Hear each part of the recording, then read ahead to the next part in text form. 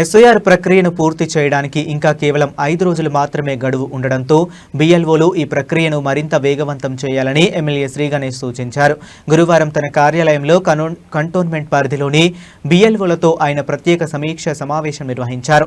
ఈ సందర్భంగా ఎమ్మెల్యే శ్రీ గణేష్ క్షేత్రస్థాయిలో బిఎల్ఓలు ఎదుర్కొంటున్న సమస్యలను, సవాళ్లను అడిగి తెలుసుకున్నారు. నిర్దేశిత సమయంలోగా పనులు పూర్తి చేసేందుకు తీసుకోవాల్సిన జాగ్రత్తలు, ఎదురయ్యే సవాళ్లను ఎలా అధిగమించాలో వారికి దిశానిర్దేశం చేశారు. బిఎల్ఓలకు రావాల్సిన బకాయి వేతనాల విషయమై ఎమ్మెల్యే శ్రీ గణేష్ స్పందించారు. సమావేశం మధ్యలోనే కంటోన్మెంట్ బోర్డు అధికారులతో ఫోన్లో మాట్లాడి బిఎల్ఓల వేతనాల విడుదలపై చర్యలు తీసుకోవాలని సూచించారు. సిబ్బందికి సరైన సమయంలో వేతనాలు చెల్లిస్తేనే వారు మరింత ఉత్సాహంగా, బాధ్యతాయుతంగా పనిచేస్తారని అధికారులకు స్పష్టం చేశారు. ఈ సమావేశంలో పలువురు బిఎల్ఓలు, ప్రజాప్రతినిధులు, స్థానిక నాయకులు పాల్గొన్నారు.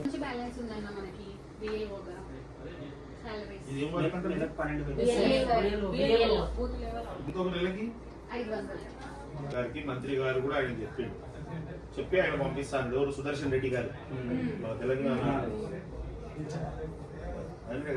ఎలక్షన్ గేడు. ఆయన చెప్పిన చెప్తే ఇప్పుడు ఆయన ఎవరు జిహెచ్ఎంసీ కమిషనర్ చేసి ఎత్తలేదు కాబట్టి ఆయనతో మాట్లాడి ఇప్పించే బాధ్యత నాది. 3 తారీఖు తర్వాత మనం పెట్టుకోవాలి. ముందుకు మీరు కొంతమంది డిలీట్ చేసేసారు కదా డిపార్ట్మెంట్, ఎలక్షన్ డిపార్ట్మెంట్. అది తీసేసి కొంతమంది నిజంగా ఉండేటోళ్ళది కూడా తీసేసారు. తీసేసిన వాళ్ళు లెట్ మీ కంప్లీట్. అయితే ఏమైతుందంటే మీరు డిలీట్ చేసినది అలా ఫామ్ లేదండి, ఎన్యూమరేషన్ ఫామ్ కూడా వస్తలేదట. ఇప్పుడు ఎన్యూమరేషన్ ఫామ్ రాకుంటే ఏం చేయగలుగుతాం మనం?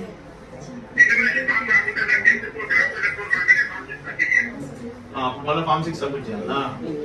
ఇప్పుడు మాట్లాడతా కమిషనర్ గారితో, టీవీలో జీతాలు ఇప్పించి జిమ్మేదారీ తీసుకొని దానికి ఏమి నాకు ఎక్కడ సపోర్ట్ కావాలో ఎవరితో మాట్లాడాలని మాట్లాడి నేను జీతం ఇప్పిస్తాను. మన సార్ ఎందుకు డిలే చేస్తుడు ఈ 303 కోట్ల పనులు? నాకు ఇంట్రెస్ట్ లేదు రా, ఏమొచ్చిన పనులు అవుతారు. ఏమొస్తా వచ్చి మాట్లాడుకున్న తృప్తి ఏముంటుంది చెప్పు.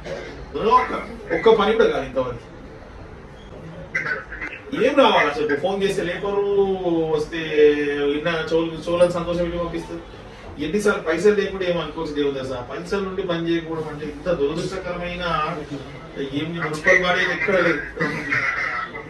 ఇంత దురదృష్టం అంటే ఇంత బాధాకరం పబ్లిక్ కి. పైసలు లేదంటే ఏమనుకోవచ్చు. పైసల నుండి పని చేయండి ఏం పనిష్మెంట్ ఇచ్చిన తక్కువనే. ఇద్దరు ఒక్కసారి నేను కూడా చెప్పినా చెప్పండి ఆయన ప్లీజ్. మన టీమ్స్ అయిపోతే, ఢిల్లీ అయిపోతే మన గాంధీకో ఆడికి కూడా బాధ ఉండదు. నా వంతు నేను ప్రయత్నిస్తున్నాను, మీరు కూడా బాగా కష్టపడుతుంది తెలుసు. అక్కడ చాలా మార్పులు చేసినాం మనం. స్టార్ట్ ఓవర్ చేసిరని ముఖ్యం కాదు. అప్పుడు వాళ్ళు ఏంటి ఎట్లా చేసిరు, అది అవసరం ఉందా లేదా, హడావుడి కొబ్బరికాయ కొట్టేసి ఏదో మేము చేస్తాం అని సెలక్షన్ సీజన్ చేసినాం. అసలు మీకు చెప్పేది నీమ్స్ హాస్పిటల్ ఐడియా ఉందా? దాంట్లో ఏముంది, అంతా పైసలు ఇచ్చి ట్రీట్మెంట్ చేయించుకున్నాము, అట్లా కట్టింది. ఇప్పుడు దాన్ని మన ముఖ్యమంత్రి గారు ఏం చేసిరు, 420 బెడ్లు ఫ్రీ. అది 1000 పైసలు ఉండే.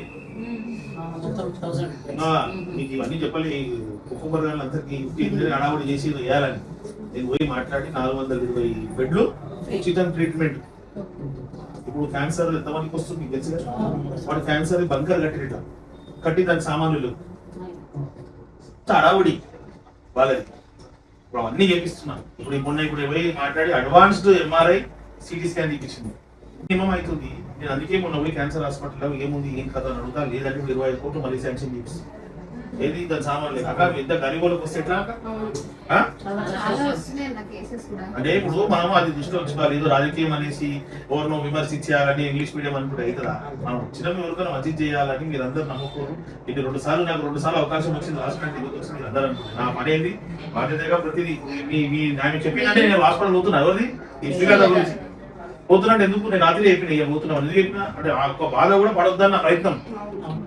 ఇంత ధైర్యంగా వచ్చి మీతో ఇంత ఫ్రీగా ఎందుకు మాట్లాడతాం అంటే మా అన్నుంటూ మాకు సపోర్ట్ చేస్తాడు. నాకు వచ్చినట్టు మీకేం ఇబ్బంది అయితే, నాకు ఇబ్బంది అయినా మీరు ఎప్పుడు చెప్పినా చెప్పండి. I will fight for the 2 problem మీకు చెప్పాలని తెలుసుకోవాలని నాకు తెలిపేయాలి. టైం ఒకటే ప్రాబ్లం.